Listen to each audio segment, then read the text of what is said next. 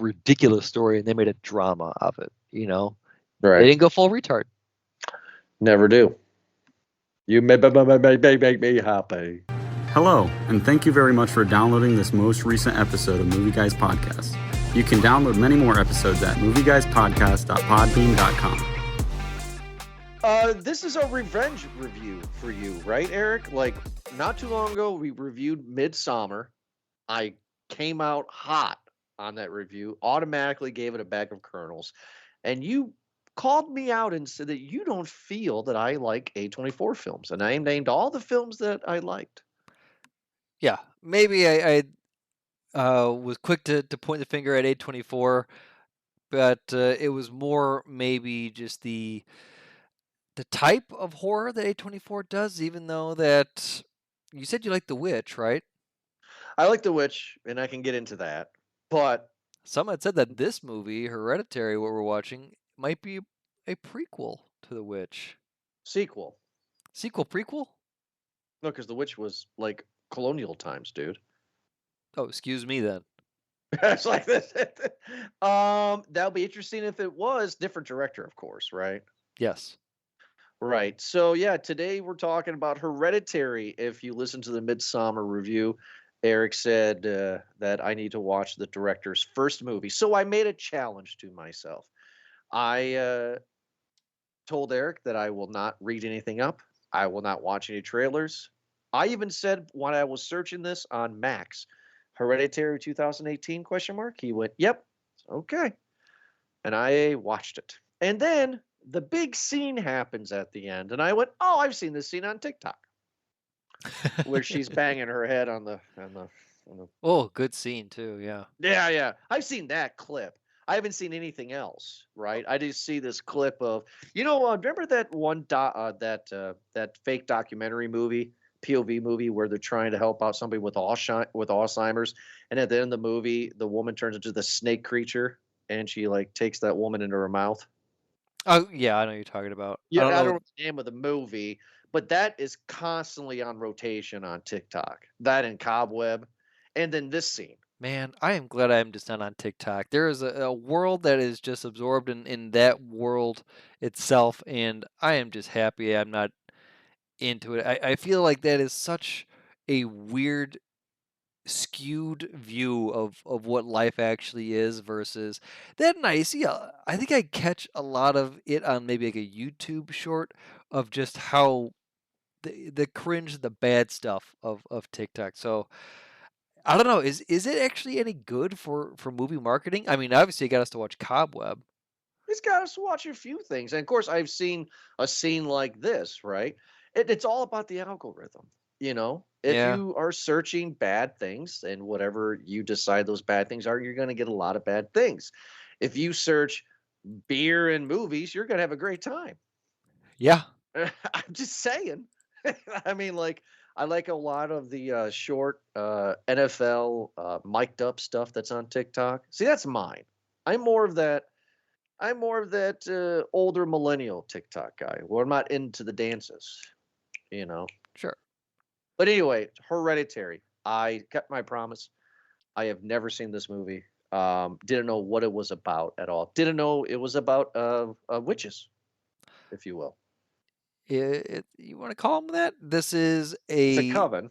the uh, full length, feature length directorial debut of the director of Midsummer, Ari Aster, and he also wrote the movie as well too. So same writer director as the movie that you gave a bag of kernels to and shat so promptly on at the beginning of the movie. So I'm excited to talk about this one. I will say off the bat that this is a scotch better than Midsummer. A scotch better, he says. It's a scotch better. I swear, Yeah, I if mean, you say for that you've seen this before, I'm gonna have to ask for your no. receipts here. No, I mean, like, I'm not going to say I've seen this before. I'm not going to go that far with it. It's just about my taste and flavor.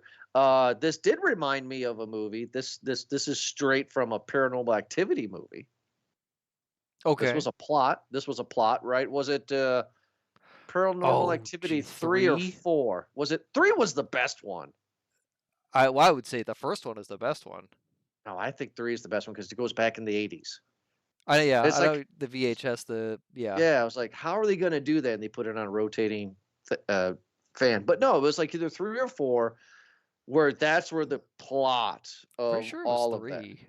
right? Where they find out that it's this witch's coven or obscure coven. Yeah, that's a good that's a good way of putting it. You like that one? You remember that? Remember that, Doc? So, you don't know what I'm talking about, do you? What, obscure COVID? No, no, no, no, no. Coven is Google it one day for the fans too. It was in the early 2000s. It was called American Movie or something. It was these two rednecks in Midwestern America trying to make a witch movie, just to make a witch movie. And the guy was like, "Oh, it's called Coven." He's like, "No, it's called Coven." And it was a real documentary. Like it was these real filmmakers documenting these has-beens. It's hilarious. It's a true doc. And he says, "No, it's COVID." I would say this is again more.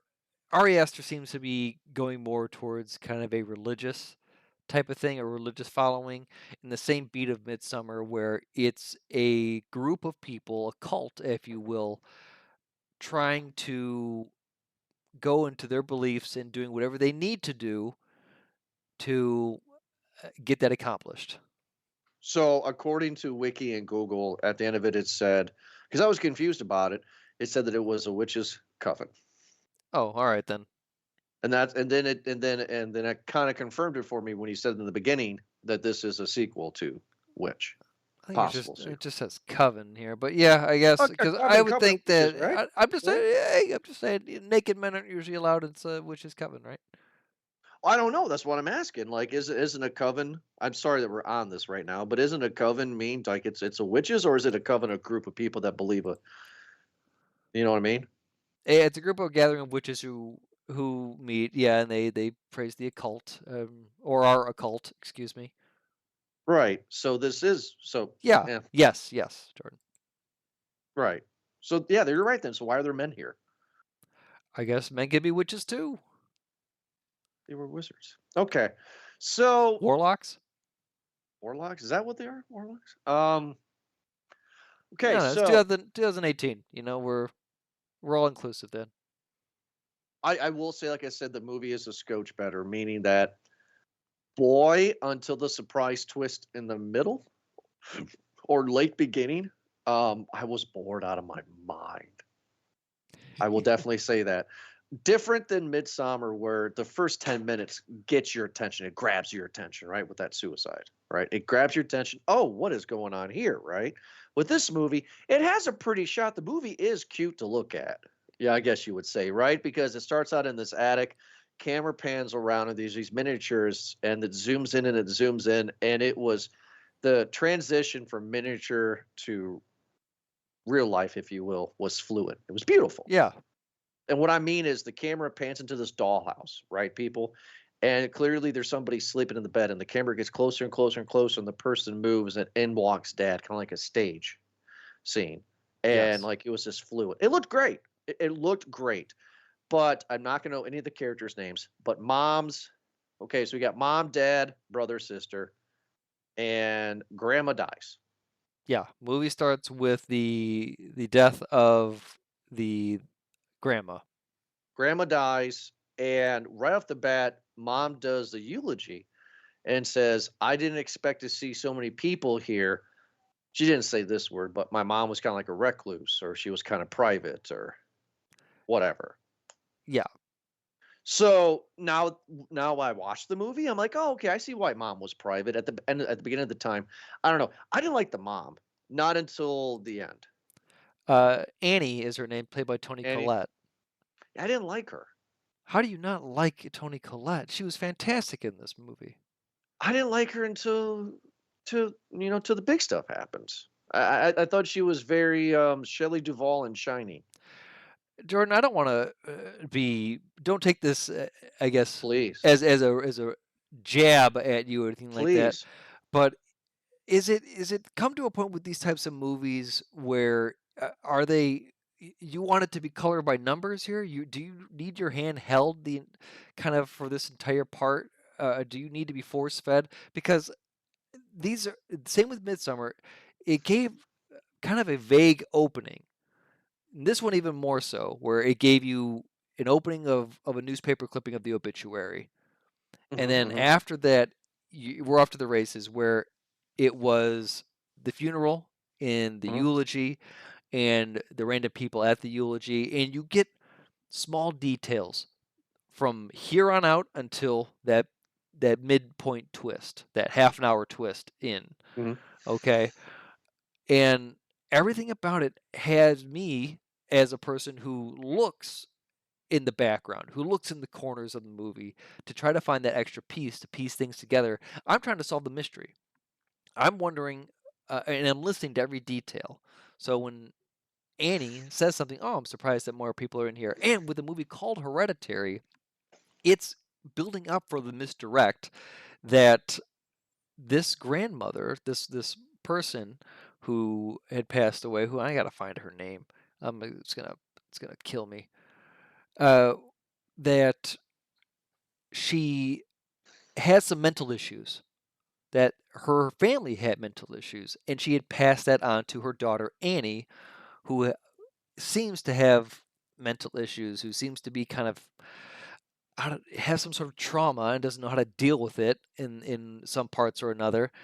And yeah, the entire time I'm thinking, okay, well, that's something to do with that. And then you get other details, like in the movie, about how the daughter is just very weird Off.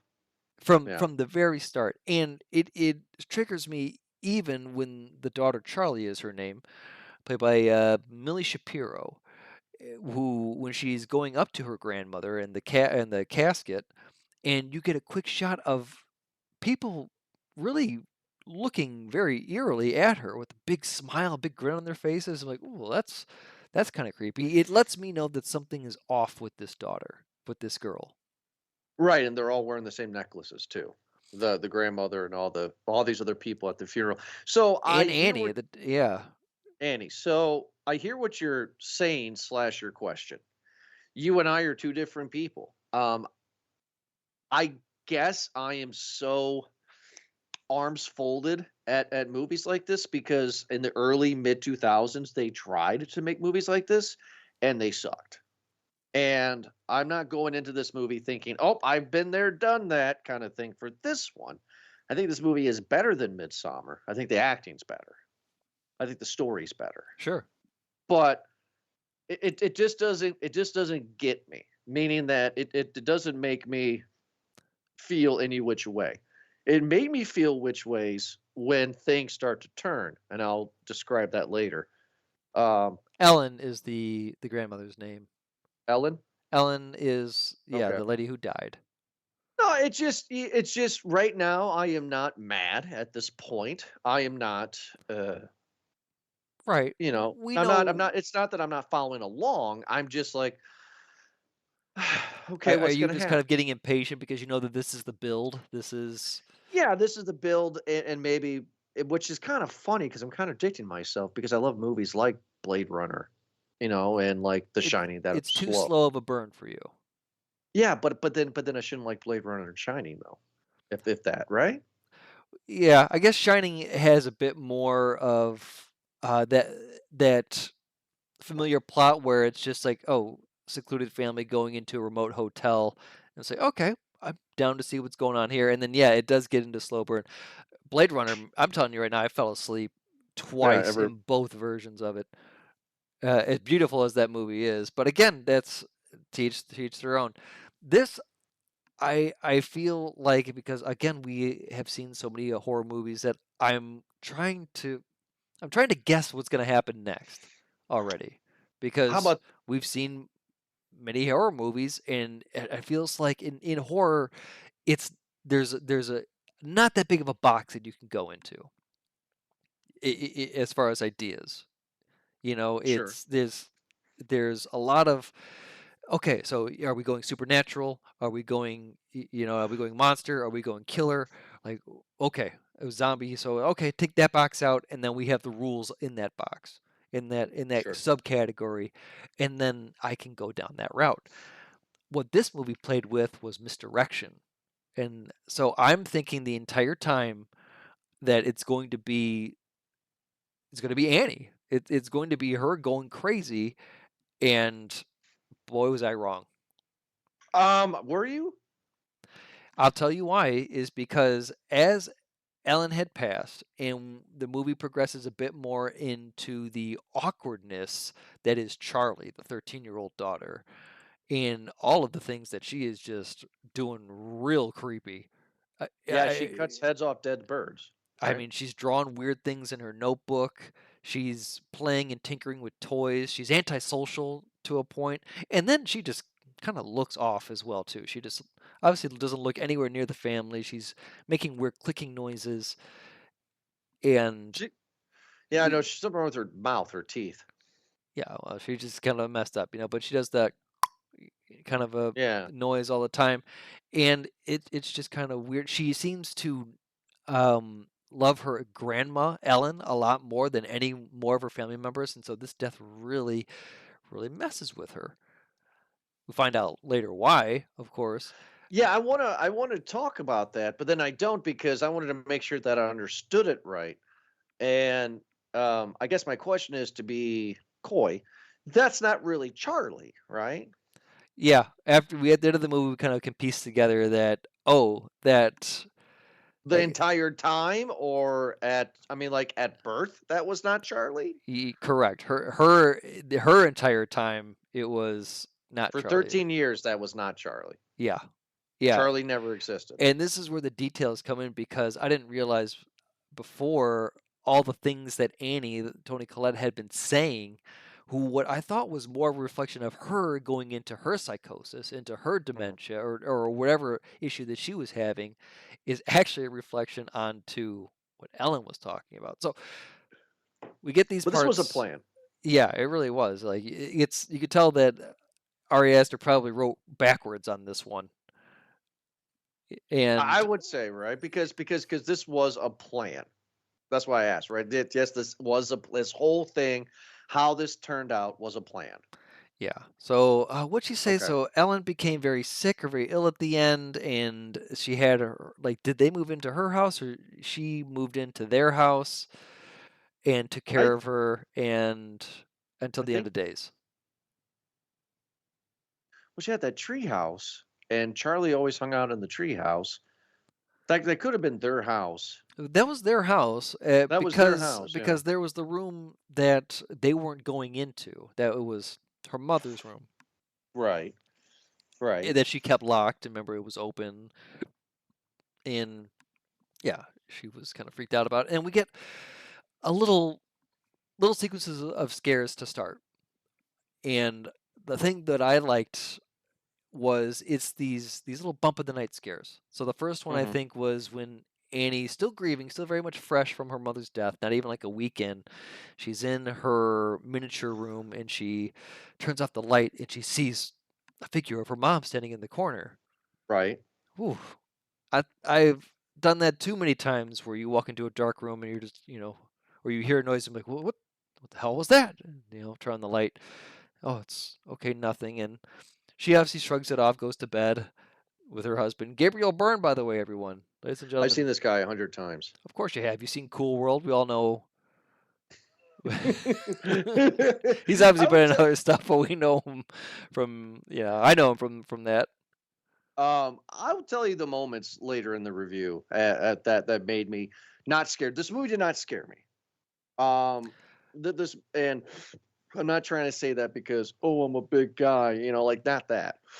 Right? I want to make this clear. Like it didn't scare me because I've always been the person, Eric, and you know this, where I want to know how it's happening. Yeah, well, that's kind You of know what what the I mean? detail in this movie is to Right. make you think Right. a bit more of it, right? So Yeah. she goes to bed and she's again having issues. She's lying to her husband about saying that she's going to the movies when she's really going to grief counseling. And Yeah. here I think we get the first big drop is when she's in the circle and she admits her family history, that her mom had some issues, right, and eventually died of uh, well, whatever her ailment was or her sickness.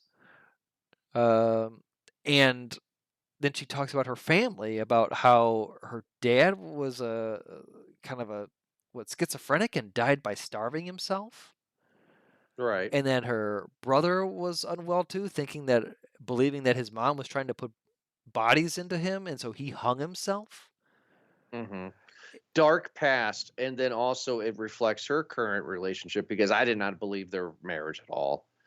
He was so these two did not love each other at all. I always felt like the dad was always in the corner going, "But really though?"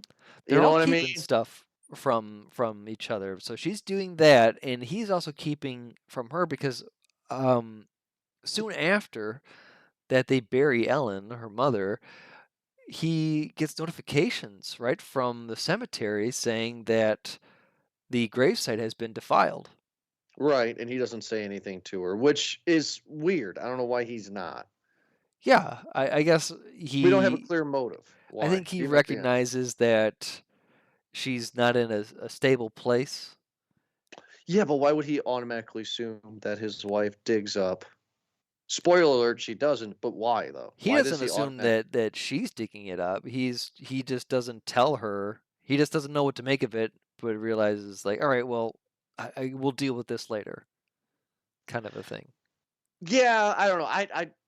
I have seen this actor. Every time I see him, I do smile because it's a familiar face, but I just don't like him in this movie. He was just always he was the skeptic, right? He was me, right? He was that guy in the corner, just like, dude, take a pill and go to sleep.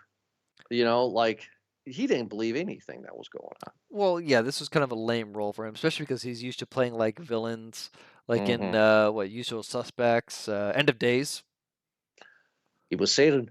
yeah, or Stigmata. Have you seen that one? Yep. I knew what stigmata was because of the movie Stigmata. So now when my wife goes to church and they talk about it, I know what it is because of the movie. Man in the Iron Mask, right? Hmm. So I want to talk about the big one, right? Let's get into the big one. We've gone on for a little bit here. So the big one is Peter, right? Peter's the brother. Is it Peter? Yes. Peter. I've seen this actor before, haven't I? Oh yeah, we have seen him. We reviewed him before. He was in Old. He was in Pig, where he's We going to never be in seen old. Oppenheimer that we're going to be reviewing here soon. He was in Jumanji, the new Jumanji movies. So he already has his golden headphones then. Yeah, he's been in a lot of movies. Yeah, yes, he has. Do you know that not a single celebrity has written us a thank you after I send them spray paint gold headphones? Yeah, right, because they know that we're too big for him. I really hope that people that are listening don't actually think I do that, but for the sake of the show, anyway. So Peter is I get dweeb vibes from this guy, 100%. He's just dweebing, right? Well, And yeah, it's kind of what the character is. right, and then he like, was the scene before the party and the twist when he was smoking weed? Was it? No, it was after that. No, well, He it was was it was before that too, because he's in he his was room smoking. in just packing up a bong of what looks like some Mexican brick, to be honest, some brown downtown, yeah, herb Crap there. weed. Yeah, whatever the hell. I'm not here to judge. Uh, well, I am because we're a movie guys podcast and we're literally judging the movie. Anyway, but again, throughout this sequence, we're getting little hints of something else happening. We're Hmm. getting Charlie walking out to the field after cutting off a pigeon's head and seeing people from a distance observing her and doing a Hmm. creepy smile kind of a thing. And we see this guy, Peter, smoking out of his window getting a text message. And I don't know if you noticed, but the outside shot of him when he was smoking, somebody was smoking back. Someone else blew some smoke back here too. Yeah, Again, yeah, yeah, there's details everywhere in this yeah. movie, and it caused me to go back again to kind of do a second skim watch, and really in taking all of it, especially the foreshadowing. And we'll get to this scene here, but in the classroom when he's checking out the girl in front of him, and the teacher calls on him. Before he does, the teacher says, as he's explaining in the story the assignment, blah blah blah blah, blah, and then you hear the excerpt, blah, and then the flaw of our hero will be ultimately his downfall. As the guy is checking out the girl's butt there, basically, Hmm. which then we cut to the party, and he's chasing that girl's tail, and that ends up being his downfall. Right, right. So he wants to go to a party, but mom Annie's like, take Charlie with you, right? Right, like He makes up he's a lie saying that it's for school. right. He's When gonna put take Yeah, Charlie with you, but she's like, "Oh, well, if it's for school, then you can go ahead and take your sister with you." And he's just like, right? "Well, fine, whatever the hell." And he goes to this party, and it's not a part. It's a party, but it's not. Right? It is, but it was not a party that I went to. My parties were bangers compared to that. That looked like a pretty banging party, man. I don't know how Really? many parties were baking cakes while other people were drinking and smoking. I'm just saying, like, It looked everybody it was was. a nice house. It looked like it was a happening "Eh, party. It was definitely not like the party like in Talk to Me. No, yeah, that was a good party. That's my kind of That was a party. riot. I think that was a That's the scene. we all know my choice of clubs. That's the kind of parties I like. So, um, so, uh, his sister's there, and of course she has a nut allergy, right? She eats a cake, right, and it has nuts in it or whatever, and she's freaking out because she had a nut allergy, Yes, and she goes right? into anaphylactic shock there. Right. Which, knowing what I know about the ending, I'm calling this BS. Just so you know. What, that she has a nut allergy? Yeah, 100%. I will explain it to you. As far as the ending goes, it makes perfect sense to me. That she has a nut allergy? Yeah, you're Okay. you're thinking that because of her condition here, of what we know from the ending, Right. that That that why she's would some sort why of would that happen? divine immortal being, when really that's not the case. They're just they're just a host. They're just the carrier. Yeah, I It's know it's that, like Get but Out. right, I get Like it, they're but still there. So she's still Charlie. She just happens to have a little partner with her. she doesn't have a head anymore. That's the twist that freaked me out. Yeah. So they're in a car. He's driving. This was set up, right? This was set up. So he's driving along. He can't really see. It's kind of foggy out, and she's freaking out because she can't breathe. She can't breathe. So she sticks her head out the window to get some air. I'm assuming to get air. Yep. And there's a dead animal. I'm assuming a dead deer in the middle of the road. And he swerves real quick to miss the deer. And there's the telephone pole, and boom, off with her head. I was like, whoa, Yeah. she was 13. Yeah. Whoa. I hope Yeah. that car wasn't liability only. Ooh, Um, baby, that came out fast and quick, baby. nowhere. So of course I perked up, right? I perked up and I was like, "Oh, okay, okay." I'm bouncing. I'm like, "Okay, something's gonna happen." Like I'm excited. And what I do praise is Peter's acting, right? The actor, but I don't think that he realizes she's beheaded, or maybe he does because he doesn't turn He's in and look shock. behind. He's an He's in absolute shock. yeah. He doesn't turn and look that she's beheaded. He just kind of looks in the rearview mirror. He adjusts a little bit. So I don't know if that's his He confirmation. kind of glances, and then I think he mutters to himself something like, You're all right," as he's like gripping the wheel, and he doesn't know what to do. He is obviously Right. just frozen. Everything that every human being who's ever been in a car accident has done, right? That tense white knuckle grabbing the wheel, and then you get your bearings, right? And then you slowly take your foot off the brake, as you come back. You know what I mean? I don't know. So my question is it doesn't matter. It's not like it's not like the end or be all with the movie, but do you think that he saw that she was beheaded because Oh, he's in he knew. shock and then he drives home? Yeah, no, he obviously knew. But again, shock does weird things. Like it's reported that when survivors of a plane crash, like remember from like Alive or something like that, when the first thing that they do is look for their luggage.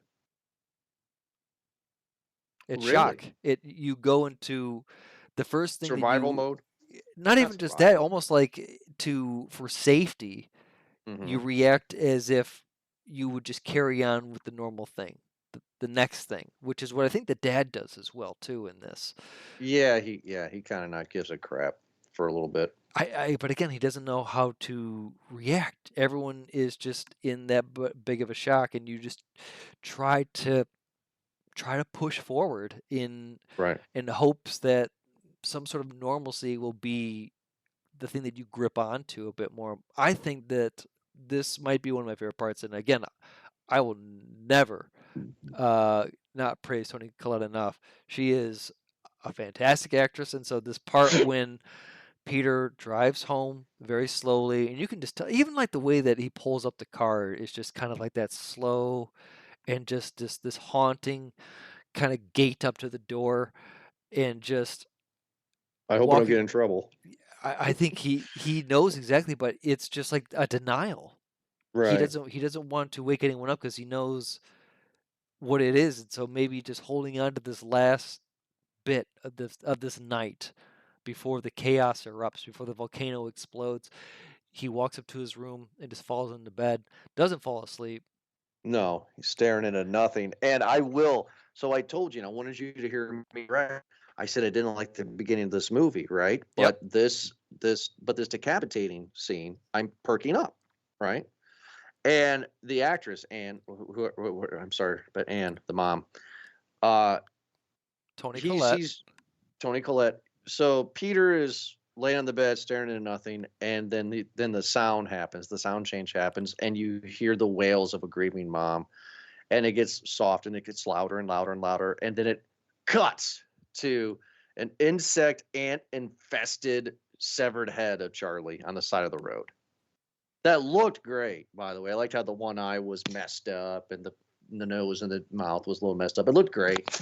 And then it cuts to the parents' bedroom and the mom's on all fours, just rocking back and forth, just writhing in pain. And it's like we've all heard that at one point, right? Like that's a Just mother's scream right there. Like that the was way that it was done, where yeah, you see Peter just laying in bed, and they don't show it. They don't show no. the car. You just hear the sounds of normal in the morning. All right, bye, honey, have a good day, and then walking out to the car, and then you just hear that just like you said, that shriek, that shrill Hmm. of her. Just oh man, I thought it was fantastic. It was great acting. Yeah, and yeah, all the scenes of her going from lowering her down into the ground at the Hmm. funeral, cutting to the bedroom, all these Hmm. things. Foreshadowing, by the way, too, of Toni Collette when she's rocking back and forth on all fours to what happens later Yeah, on at the end of the movie. the end of the movie. Yeah. Yeah. So yeah, I think it was just a fantastic. Ah, God, I love Toni Collette. Yeah. She puts This is where I goosebumps on my turn. face. She always makes me cry in Sixth Sense too, by the way. So She was in Sixth Sense. Sixth Sense? Really? yeah. Makes you cry? Her acting in Sixth Sense does, huh? Do you know the scene I'm talking about in Sixth Sense when Haley Joel Osment finally confesses to her in the car that he sees dead people, Yeah. and he tells the story of her mother, Oh yeah. and what's just that? I see dead people, and he tells the story about the pendant or the pin or whatever Right. the brooch or whatever the hell it is, Yeah. and she's just on the brink of tears, kind of a thing.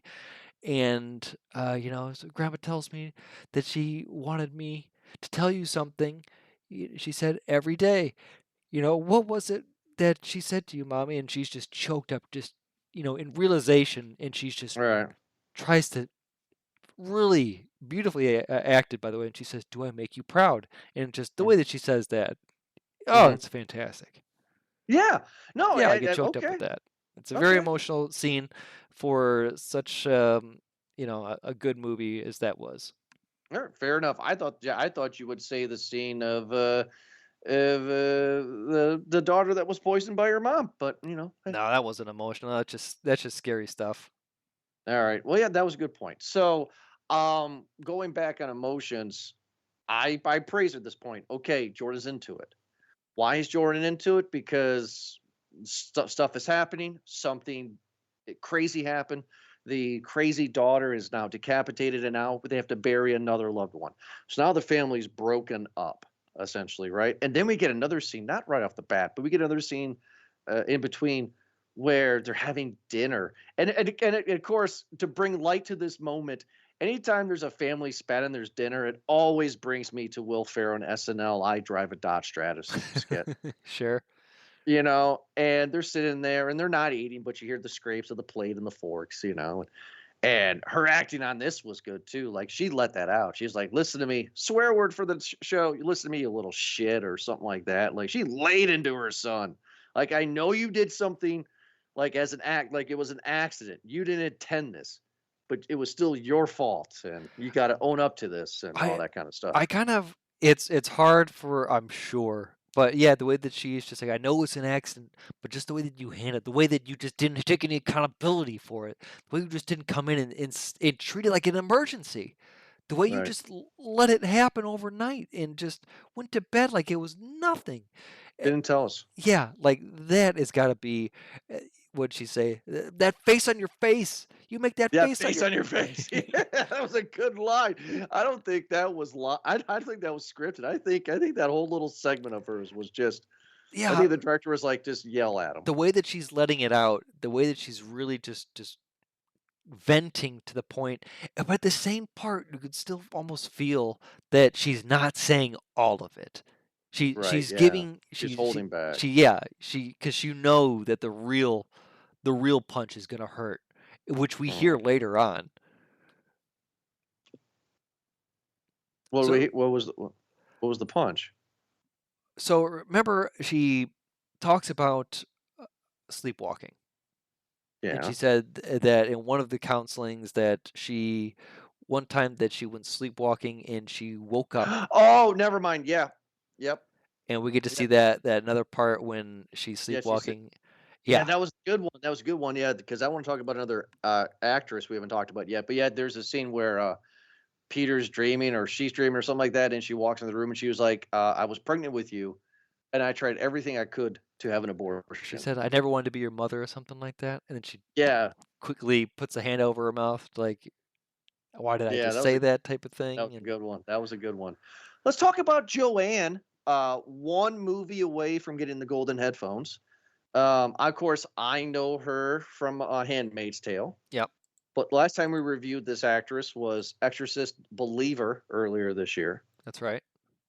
and now she's here again playing another role that she plays in *Handmaid's Tale*. This motherly older woman that you think is here for you, but she's like a member of the HOA and parent club, but really, she eats you.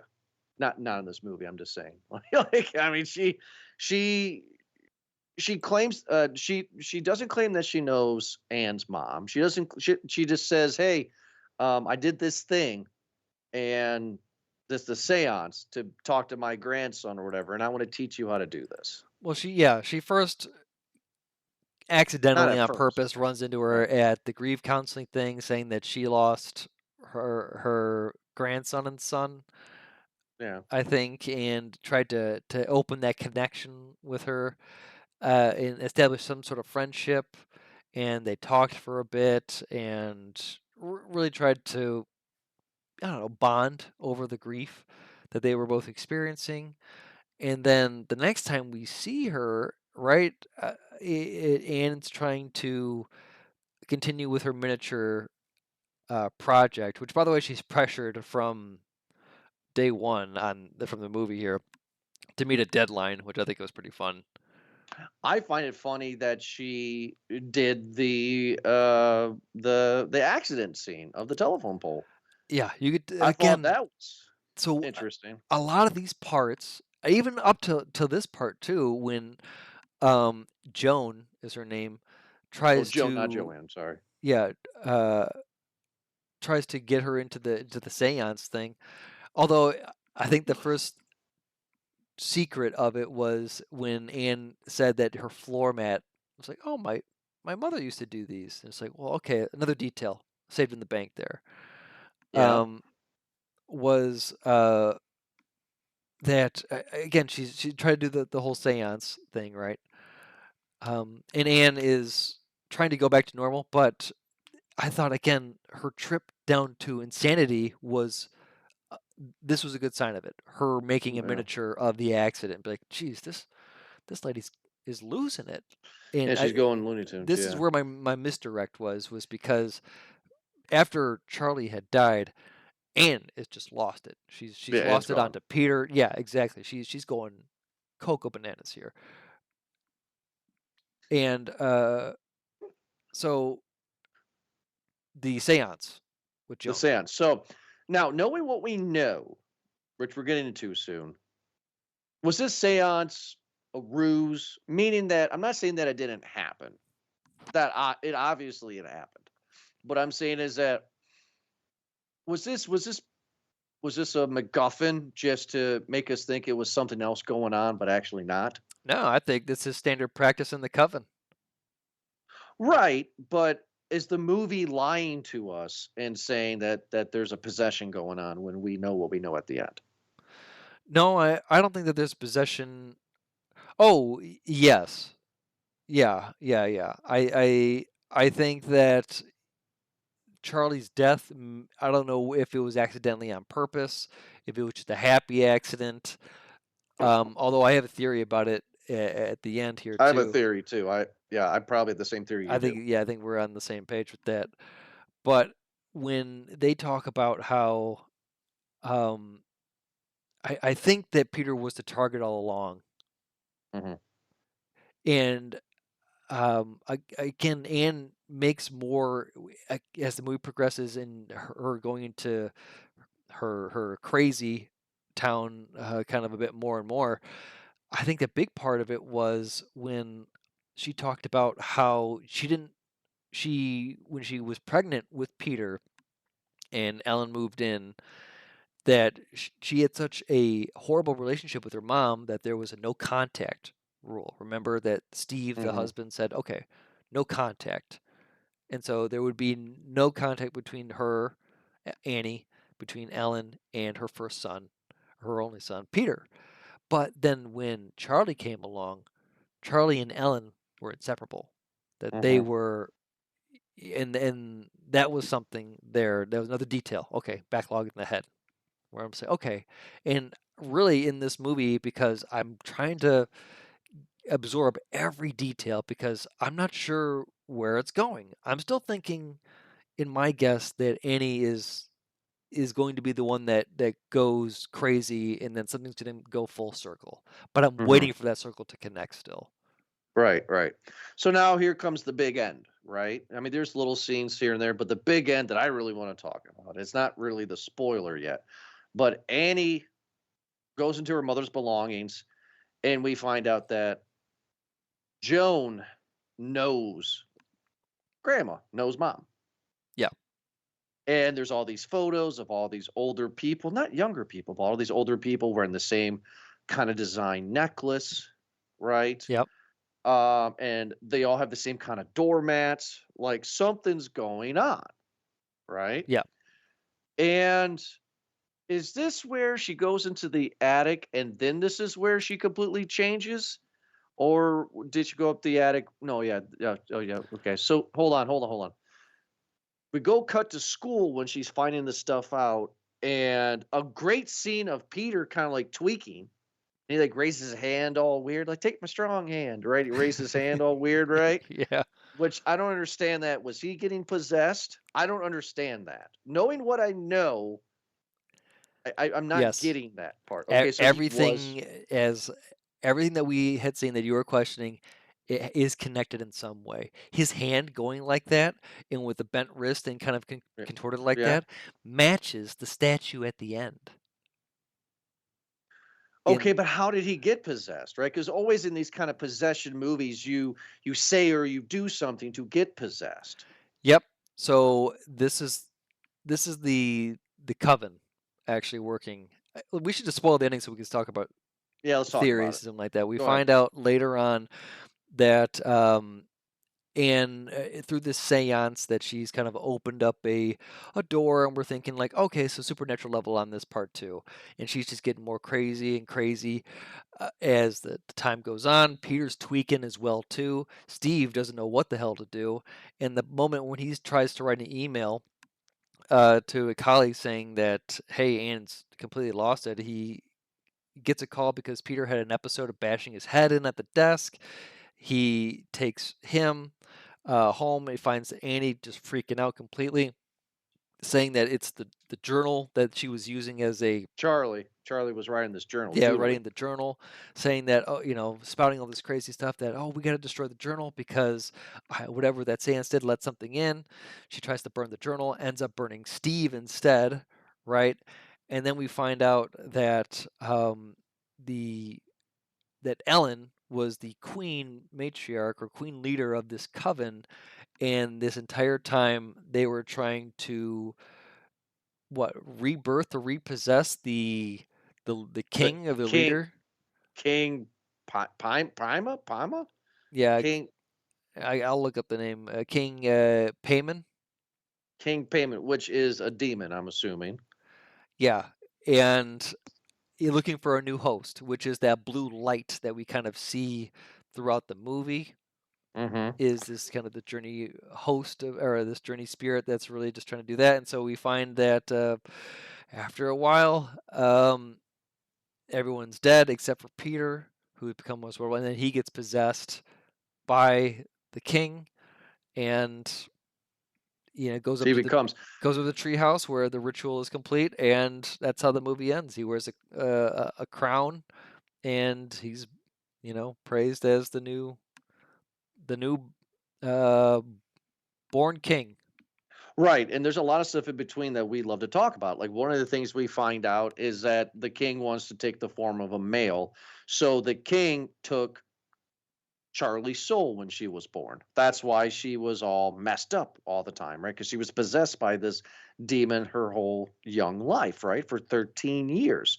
That's why I think that they found the perfect opportunity. I think that the coven planted that deer there for him to swerve. I think this was not a happy accident. I I don't think that was think. a plan. Well, I think it was because at the end, when Peter goes into the treehouse and we see the full ritual of everyone kind of plays, we see Joan hearing her kind of recite some sort of, I don't know, hymn or whatever, saying, "Give us the gift of your foresight." Give us, and so I think that through their following of this king, who is a king of hell of some sort, right? A demon king of hell is, Right. is kind of what the thing is that I'm wondering if through whatever rituals that they were doing, they were told to kind of do these things. That's why, because the telephone pole had the sign on it. It had the sign on it too, but then I'm also wondering too, and this is a crazy thing that could not be true, but maybe the nut allergy that Charlie was having rewoke the king in her and was like, I want out of this body. Let's do something. I don't know. I think it was more just like again the It was a plan. plan. Yeah. So okay, so educate me on this. Okay, so now here comes my questions, and this is the part that I love about the movie, right? So Peter's upstairs, his nose is broken. Mom and dad fight, and she's like to her husband, "We got to burn this book. We got to burn this book. We got to burn this." I'm saying it again. We got to burn this book Gotta burn because the book. I let the demons in. I'm sorry, I said it for 4 times for some reason, and One more time, you summon the Bloody Mary. I'm not doing that. So, because it's real. So then husband gets the book and she has a great scene where it's like, I love you. She kisses him on the lips, and he's going to burn the book. And he's like, I'm not going to burn the book. And she grabs it. She throws it in the fire. Why does he, again, listen to this. She throws the book in the fire. He's standing outside of the fire in the living room and he gets engulfed by flames. Why? Because you cannot burn the book of Necronomicon? Like what? Like why does he get engulfed? Because they needed him to die, Yeah, right? I mean, why though? Like, I mean, do they explain that? not necessarily. I think this is really I don't know if you want to put this up into witchcraft, because the book is marked in some way, or if you want to go back to her pouring paint thinner or lighter fluid on it again, and her having some sort of weird delusion. Okay. Either way, he's burned alive. Okay, so then this king possesses her then, or is she just possessed by just whatever? It doesn't matter. It feels like she was possessed, right? Because as she was in horror, then suddenly that blue shock happens and she kind of recoils back a bit. She coils, and then the greatest scene in the movie happens, in my opinion. Not the headbanging scene. The greatest scene in the Oh, movie, the greatest shot. hold on, before we get there, because again, there's are so many details in this movie that were Right. just like, mwah. Mhm. Because all of this, and I was where I thought the misdirection was, is because while I'm concentrating on Annie going into her crazy town, Mhm. the whole ritual and coven thing is happening, all in the background, everywhere in the background, whether it be the toy trinkets that Joan has in her house, whether it be Mhm. that floor mat that she has, that we find out how much of a connection Ellen actually has, whether it be the people smiling, all wearing the same charm pendants. Mhm. The um, big one, or a few ones that I remember that I had to rewind for, is, do you remember when Annie couldn't sleep? And so the first few nights she went into the treehouse. Yeah. And there was another time when her and Steve had a bit of a kind of a spat a little bit more, where Mm. she's just, all right, hey, I'll be right back. And he's like, no, you're not. You're taking the blanket with you. She's like, well, I'm just gonna go to the treehouse. I just need to sleep, kind of a thing. And he's just like, all right, we'll turn the heat on. Did you notice that there was the light underneath the door? All the lights are off in the house. Right, but there's light underneath the door in the So bedroom. she leaves, and then in a neighboring room, there's a light underneath the door, and you can hear the chanting of the people of the Oh, no shit. coven. Oh, really? Yeah, Okay, so they're in the exactly. house. They're in the house. Oh yeah, they're all around the house. The part when he takes the pills, I think that might have been actually with the sleeping pills. Mhm. That might have been a part of it, too. But yeah, or the names etched into the walls. Right. Those little shots Yeah. of Yeah. those. It was like, what the hell are those? What do those mean? What do those mean? Those are like the incantations, the spells that were um, kind of written throughout the house. I think Joan had made a mention to it as well too, that these are the words. Oh, remember she says that all your family has to hold hands and make sure they're all in the house. She doesn't say the room. She says the house. Yeah, because what we find out is before the dad gets burned and before Anne gets possessed is she goes up to the attic and there's flies everywhere. Hate the fly thing, by the way, because of the bad CG. It wasn't good, Yeah, but at this point, who cares, right? And then she finds her headless mother. Why is her mother headless? I don't know. But right, yeah. but that's her mother. That's not her daughter. That's not Charlie, right? Correct. That's the mother, That's because grandma. that was who she was dug up. Yeah, she was dug up. They cut off her head, and they were doing rituals up there. Oh yeah, absolutely. There's pictures there, and also the part when Joan, I'm sorry, where Annie tries to go to Joan when she's completely losing it. But we're at a part right now where we're thinking, oh, I think she finds the mats, and she tries to knock on the door. Joan, you there? And the camera cuts back to, well, the ritual that was going on in Joan's house, the Mhm. black triangle that's on her table that matches the floor in Ellen's room, Mhm. the Right. pictures of Peter on there, and knowing that it's the Peter is the target here.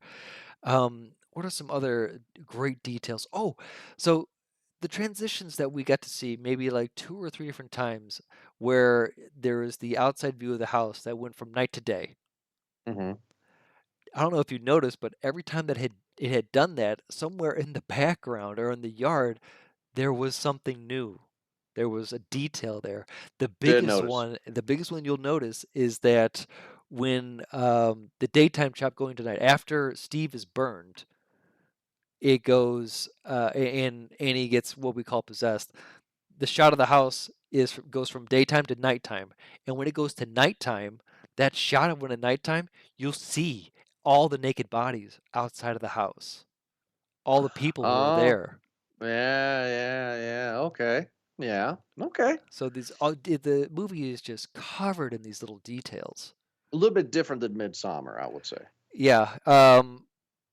For in the party, there on the TV, there's a decapitation scene, and Of the at the party the party at with Charlie. the party with the Charlie. Yeah. So obviously foreshadowing what's going to happen with Charlie, even though she cuts off the pigeon's head later on, and she writes in her etched book, the pigeon is wearing a crown, much like how Peter is wearing a crown at the end as well.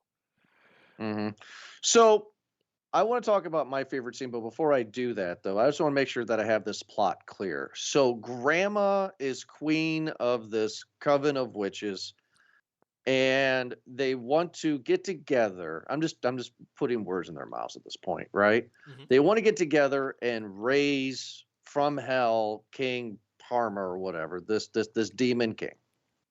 Yep, the summoner of Payman will receive wealth and reward.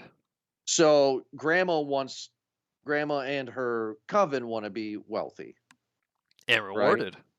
And rewarded, kind of like the plot of Paranormal on that one, right? I'm not comparing. I'm just saying it's the same thing at that point, right? Yeah, It's the same thing, it gives them but some purpose. Yeah. right. So okay, so Grandma says to this coven of witches, "Hey, we want to be wealthy, so I have a daughter. So let's bear a child." So she has Peter, doesn't want Peter because I bet she realizes, of course, she tells stories that her mom's screwed up, her family screwed, her dad is screwed up, like her brother hung himself, Ah, like everybody's screwed up. another detail on that too. Her brother, Ellen's first son, hung himself because his mom tried to put people in him. Right. So His that means mom that tried she to tried to possess him first. right. So this has happened before. Like this, well, not this has happened before. This was attempted before and they failed. This is their second attempt, right? This would be their third, right? If Charlie ever worked on Charlie, and then they're doing it on Peter. Well, yeah, okay. Well, I'm Well, saying, yeah, that we've seen. And I'm sure that maybe right, it's happened before. right. So they're like, hey, oopsie doopsies, we failed. Anne gets pregnant again, has Charlie. So then they do a ritual behind the scenes, and Charlie's possessed by this demon king for Yes. 13 years. And then Charlie gets beheaded. Charlie's dead, out of the picture. So now the real target is Peter because the demon king wants to be male. A male host. Yes. That's the only reason for all of this. My favorite scene in the movie, you know what it is, right? Oh yeah. Oh, which by the way too, you can hear the chaos in the downstairs. So you can hear, when Peter's coming or when seeing coming down, you see the piano broken. By the way too, Right. and Yeah. you I so don't know. and well I, you see the piano broken when obviously the tool that is used for your favorite right. scene there. That's not my favorite scene. Oh, is that your favorite scene? That is her cutting off her own head with a piano wire. That's not my favorite scene. What's your favorite scene? Peter's asleep in bed. Dad's been burnt. Mom's possessed. And they do a long shot. Camera doesn't move of him waking up. And in the mother effing corner, Ooh, and this in the ceiling and his wall, she's hanging there like this, yeah. just watching him sleep. And I'm like, ooh. I'm sorry, but Gina came into the living room at this point, and I'm just like, look, and Gina's like, what? She's like, oh my god, like that was so awesome. Yeah. This guy, like, just no sound, Oh God. no cuts. Camera doesn't move. It's dark enough. You have to see that, and for her to be like that, like in the corner, kind of remember your bent neck lady. You know what I mean? Just Yeah, like yeah. weird and creepy. Remember that? Oh And yeah. then it goes to a close-up shot, and she's like kind of swimming behind him in the background, Silent. silent, Just like see she's the like ghost floating, movement. swimming. Yeah. Right. I'm just like, oh, right here. Oh, this is great. You know, like that I enjoyed that. That's my favorite shot. That's my favorite scene in this movie. I get excited talking about it clearly. Yeah. Like It was a that really was good scene. good. That was They good. So they played with the sound and they took it away when they needed to at the best part too, right? Mhm. Mhm. Um, Mhm. because they play with the clicks too. The first time that I remember it kind of creeped me out too was when Peter was laying in bed, and obviously it was just after like the traumatic fight that I think he'd had with his Mhm. mom, and he's laying in bed, and he's just obviously kind of just destroyed. Obviously that this scene still happened. He's trying to go to bed, and then you hear the first, and he shoots up in bed like, "What the hell was that?" Mhm. Looks in the corner, tries to see, is kind of a figure behind his chair, and he can just It's hear, her. yeah, just hears the clicking. Oh, I thought that was a good detail too. Or when Anna was driving and she's in the rear view and she hears the clicking as well too. Mhm. Uh, but the sound I think is very underused in a lot of horror movies. It's a creepy element. Yeah, we had a good decade or so of the loud bangs that make you jump, not the silent creeps. That was better, right? We talked about that before, right? How movies did that with the loud jump scares and but I then but then think we talked Peter about Smile, right? I think Smile had a lot of sound. Smile had tons of sound, right? Um we enjoyed that one. I'm gonna go back and listen to that review. So Peter goes downstairs, he sees his dad is burnt, and she's up there in the corner again, up in the ceiling, man. She's Ooh, up there doing that thing again, right? Doing that Spider-Man pose, you know? yeah. And then he turns around, she's not there no more, right? And then nothing, nothing, nothing. And all of a sudden, she comes out of the shadows in the corner of the room and chases him, kind of like a zombie, like, how? We see Right? that guy from the funeral. Oh, I didn't see that. Oh, you didn't What? see that? Oh my God, Jordan, you What are you gotta. talking about? There's so much So, sh- detail. So so she was up in the Spider-Man and up there. yep. After that, and he's downstairs by the fireplace, and Yeah.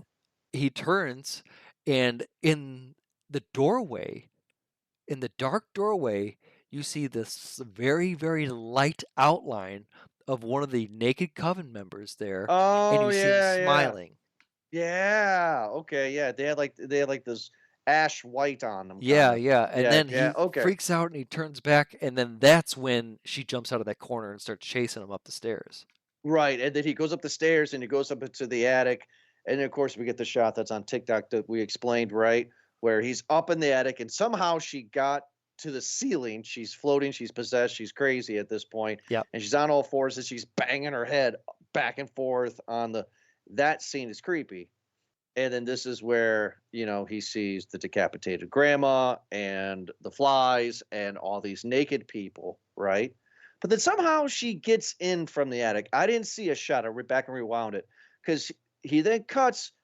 It cuts and it's a close up of his face and his reaction. The camera pans away and she's floating up in the air and she's doing a piano wire to decapitate herself. But then rewound it as soon as I saw that it was her, because I didn't think that was her at the time. I was like, "Is that grandma? Yeah. She looks really old." So then I rewound it. There was no shot of her breaking into the attic. Not that I remember. Yeah. So she got in there somehow, and she is decapitating herself because, right? Yeah, she just And follows then him, I guess, it, and I don't. and then he flips the freak out. He jumps out of a two-story window and he lays there, right? Yeah. All of a sudden, this blue orb comes and boom, he's possessed. Now, I will say, I will talk about the other few shots here in a second, but after the movie ended, I was like, he got possessed, and I wikied it. He died from that fall, according to the plot. Oh, really? Yeah, so according to Wikipedia, the last paragraph, he jumps out of the second story Die on window. impact from the ground. Yep. He was a second story window. I would have jumped out of that thing too, man. Like, Right, but it's like it's a second story, like maybe a you won't even break your bone at that height. yeah, So I don't know how he's dead. I don't know how she got in the attic. Okay, all right. I was curious because it kind of pissed me off right there because it's like he died upon impact. I was like, really? And I don't know if I missed something. Like I don't know if I missed a gouge in his I don't know. head. He fell in a garden bed too. So, but whatever, man. That's. I mean, that was a good Or what 25 feet. it wouldn't kill him. But anyway, this blue orb comes. He immediately wakes up.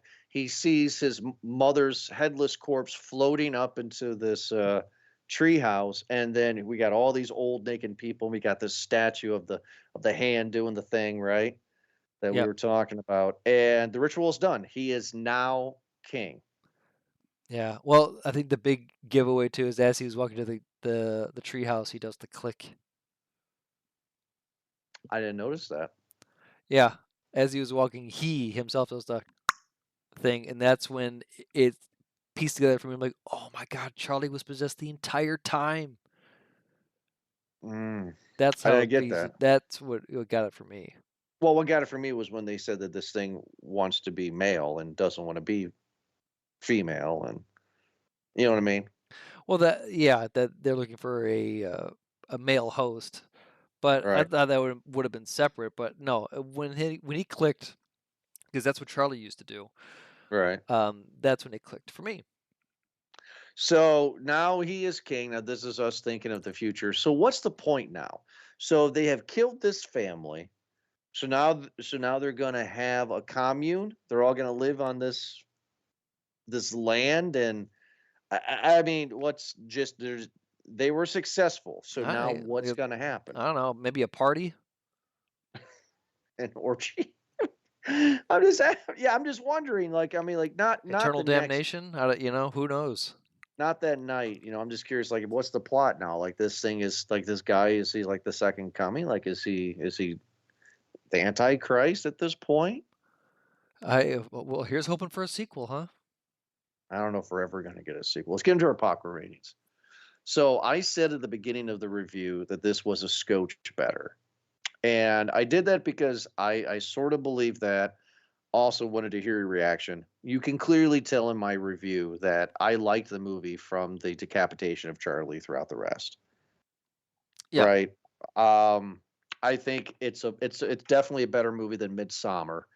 Um, I hope this guy doesn't Shyamalan himself and make a couple of good movies and then just gets full of himself. Um, It seems to be that there, way with Beau is Afraid. It's getting kind of the same mixed reviews as Midsummer is, people either they love it or they hate it. right. I hated Midsummer. I've already explained it. I thought the story and the acting was bad. Yeah. This I enjoyed it, and this definitely has clickbait scenes. Oh yeah. You know, Oh yeah. uh, Spider-Man on the wall. I like how I just say best friend. So I don't think the plot was bad. I like the story better, and I like the characters better. So I gave it a bag of kernels. I gave the second movie a bag of kernels. I'm going to say this one's a solid medium. I don't think it's a large. I think we reviewed better horror movies or possession movies. But I didn't hate it either. I just don't think that it deserves of a large yet. Maybe could be a second look movie for me if you give it a large. But for me, it's fine. I may skim scenes on YouTube again in the future, so it's a medium for me. What is your popcorn rating for Hereditary? So I'm on the fence a bit more. Like I as much as I really did enjoy this movie, I would agree that I don't think there's enough there for me to give it a large. I would watch this movie again. I think there's so much detail in the movie that I probably missed the first or second time watching it. That again, it's one of those where I feel like the more you watch it, the more you can pick up another detail. Just because like there's so much going on in the background. Um, or so much going on kind of maybe in front of you that you didn't catch the first time. I think they even make a throwaway line about how there are things that are blatantly in front of you that you will not pick up. The thing that the one of the girl crush character says to Peter actually in the classroom. But yeah, I feel like there were some elements that I would have liked to have seen more. We only got to see one element of the dollhouse really be used in this movie, and I think that would have been a pretty cool thing to see a bit more of. I do enjoy the misdirection in this movie. Again, it really did fool me thinking that Annie was going to be a bit more of the antagonist or a bit more of the the threat in this movie, but how it turned around that it really was the coven. It was maybe it was just kind of like the supernatural part of it was just kind of like meh. It's like, all right, I get it. It does seem like Ari Aster in both his movies seem to be going towards kind of this religious kind of commentary about it. I think other movies have done the misdirection better. The Orphanage is a good one for me to bring that up. Not the Orphan, the Orphanage, the Spanish Yeah, I for it. know. Yeah, Yeah, I know. yeah. I think that one did a misdirect way better than this movie would ever do. But I did enjoy this movie. I really did. Um, hmm, like I want to say I why does You my give it what first you want, I'm buddy. gonna well I know I'm gonna say medium. But as much as I wanted to say, I don't know. Um, I keep on thinking about the movie, and I wonder if that warrants a large. But people going off saying that it's a one of the scariest horror movies ever. It's like What? people have said that. It's like I would say it's not scary as much as it's more of a psychological trip. This is Are a these the same? Are these the same people that said that in the 70s they passed out barf bags for The Exorcist? Like, I mean, come on. this is a fantastic feature debut for Ari Aster. I think Yes. seeing this first and then seeing Midsummer may have been a better direction. Hmm. I did enjoy Midsummer. I forgot what I gave that one. I gave that one a medium as well too. Yeah, you did. Yeah. Listen, these are solid movies. They really are. But they were maybe a few parts that gave me creeps, and then the one part of the application where it just took me by surprise. Thank you for Sure. that. Didn't scare me. It just was like, holy cow! I did not expect that thing whatsoever. But the the bump in the night, the shadow play is always going to be a movie that I'm going to enjoy. Hmm. Um, I think I wanted to see a little bit more from the dad, from Steve. He just Hmm. played again like that, the typical dad where he just checks out early in the movie. Yeah, he was not in it. I think I would have liked to seen a little bit more from Joan. Um, but at the same part, I think we got maybe enough as that character as we could out of that too. I don't know if I I feel like they maybe played enough of the part when of the family stuff of Annie talking about her family's history a bit more. I think I would have liked to hear a little bit more about her father I a think bit you want to more. give this a large. That's just it though. You know what? Sure, I'll give it a large. No, I'm not trying to persuade you. I just know you and I see you struggling because I think you deep down, I think you really freaking like this movie a lot. But here's the thing, I didn't like it because of the horror elements of it. I think I liked it just because of all the detail in how well thought out everything about it was. So I'll give it a large for that, but I cannot agree to anyone that's saying that this is the scariest movie ever or yeah, some people had said that this is supposed to be. Hold on, it's reviewed at that. How many times though in our young under 40 years of life have we seen a movie that's been marketed as the scariest movie of all time and it never is? Well, because the only other times that I've seen something like that, it's either been like a remake or a ripoff of something else or like an adapted thing. This seems to be very much like an original piece, right? It seems like it. I'm just going back and thinking the movies when we were young. Like I remember when the remake of Texas Chainsaw Massacre came out and they said this is based on true events. And I thought young 15-year-old Jordan was like, oh my God, this actually happened? You know what? Then I'll give it a large just because it really just plays to me a bit more. And I'm trying to downplay it because I think I wanted a little bit more. Maybe that's just me being older and more of cynic now. But you enjoy it though. You enjoy Listen, the hell out of it. I really did. It really just it made me think more than it made me scare or jump. And I think Which is this is good. I enjoyed that.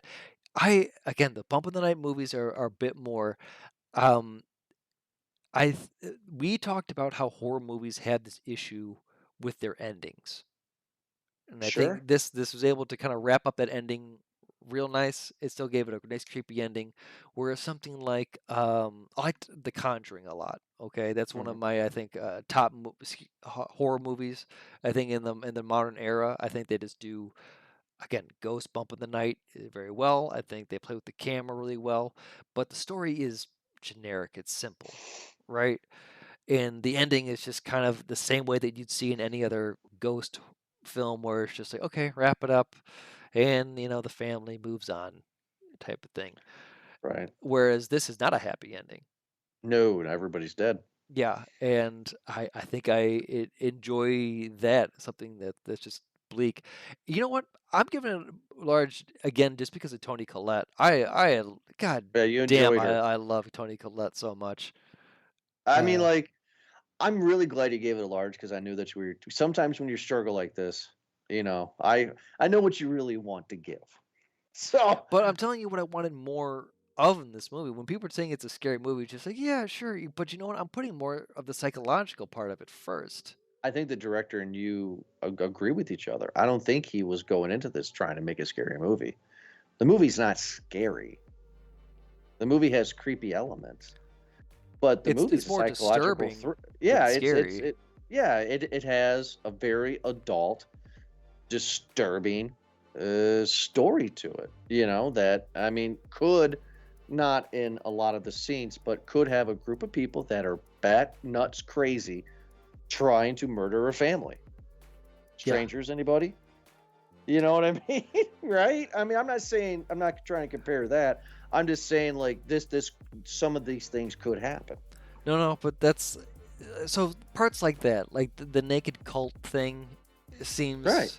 kind of, it's kind of an eye roll for me. Or like the unexplained things, like we talked about, like why did Steve burn? How did she get in the attic? Kind of Right. those things were just kind of, you don't ask because you're caught up in the hype of the movie. Hmm. But still, though, I mean, at that small part, that's a potatoes gimme. there. Yeah, that's a gimme. I have a short thing about a cult, but thank you, everybody, so much for listening to this most recent episode of Movie Guys Podcast. You can find us out at movieguyspodcast.podbean.com or wherever you get your podcast from. Eric, thank you so much for joining me, like always. And we'll be back next Thursday for another awesome episode. Have a good night.